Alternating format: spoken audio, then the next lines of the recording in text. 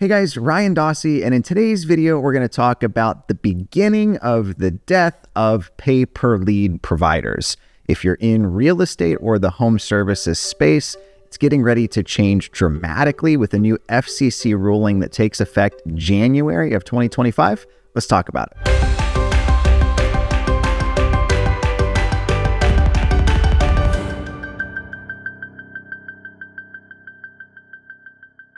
If you're not familiar with what pay-per-lead providers are, they're basically lead generation websites that sell consumer information to third parties in an attempt to try to earn their business. It's very, very common in the real estate investing or home buying space. I'm going to actually screen share and show some examples. It's also super common in the home services business. So if you're, say, an HVAC company and you're looking for potential HVAC sales opportunities in your market, you would engage a provider like this. One thing that a lot of folks like with the pay-per-lead providers is you're kind of limiting some of your exposure in that you're paying per lead. There's like a guarantee, hey, a lead is going to cost me X, versus if you're running, say, pay-per-click traffic to your own website, there aren't any guarantees. You just kind of get what you get. Now, one downside I've always found to the pay-per-lead model is if you're doing any of that advertising yourself, like pay-per-click or Facebook ads, you're also actively funding a competitor that's doing the same thing in your market. It's kind of counterintuitive. You're almost like bidding up your own costs locally. Hopping into my computer here, I've got this, I think, 98-page document that was released in November of 2023. Outlining exactly what it is that changed. I'll throw the link to this in the description on the video. So if you want to go fact check me or do your own research, feel free. But this is very similar to like what happened with SMS marketing. We told y'all, hey, this is probably going away. Like, people are violating the TCPA, which is the Telephone Consumer Protection Act. They're not getting opt-ins prior to sending text messages. Like, they're breaking the law. This is gonna die off. People told me that I was crazy, and well, I was right. So similarly, the protections of the TCPA have also now been expanded to include lead buyers and sellers. Check out this line right here. So close the lead generator loophole by making unequivocally clear the comparison shopping websites must get consumer consent one seller at a time, thus prohibiting abuse of consumer consent by such websites. So what a lot of these websites were doing is you would opt in once and they would give your information to 10 different people. There's a really solid blog that was put out by the folks at Active Prospect, as well as how they see a potential workaround that I'll get to in a second. But here's kind of this whole thing in a nutshell. You have to have one-to-one consent. So what that means, the seller opting in to a, sell my house fast website has to confirm who their information is going to.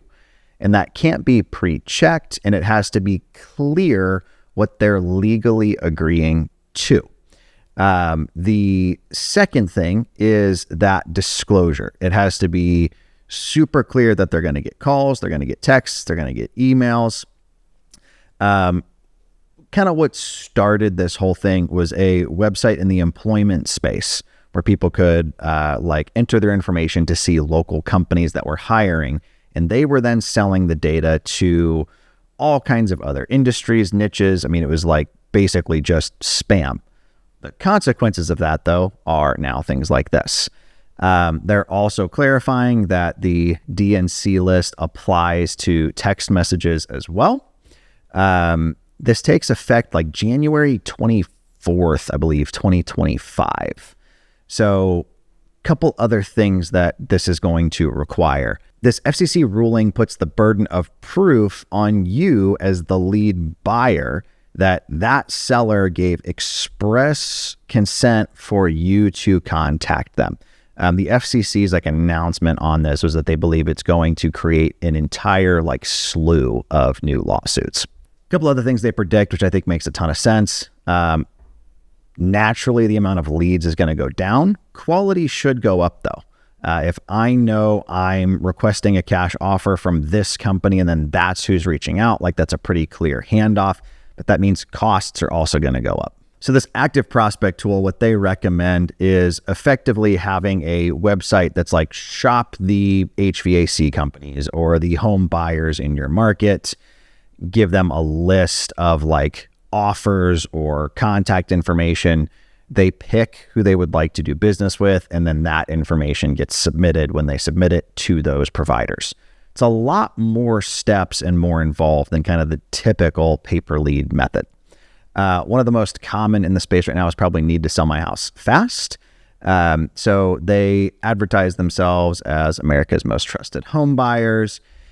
You can enter in this information here and effectively request a cash offer.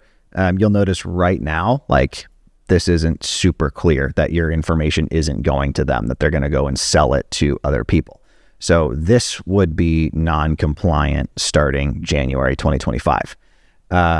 We know that they are a reseller. We scroll down to the bottom, investors, access motivated sellers in your area, fill out the form, right? That's how you get access to the back end of the site. What the FCC is hoping to do is decrease deceptive practices, increase consumer awareness to what they're signing up for, who they're signing up to it with, and how to opt out to that.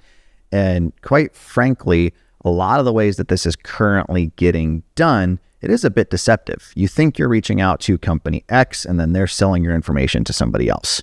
At minimum, what would have to happen is you enter a form, I want to give my information to, and it populates what business it is that would actually be buying that.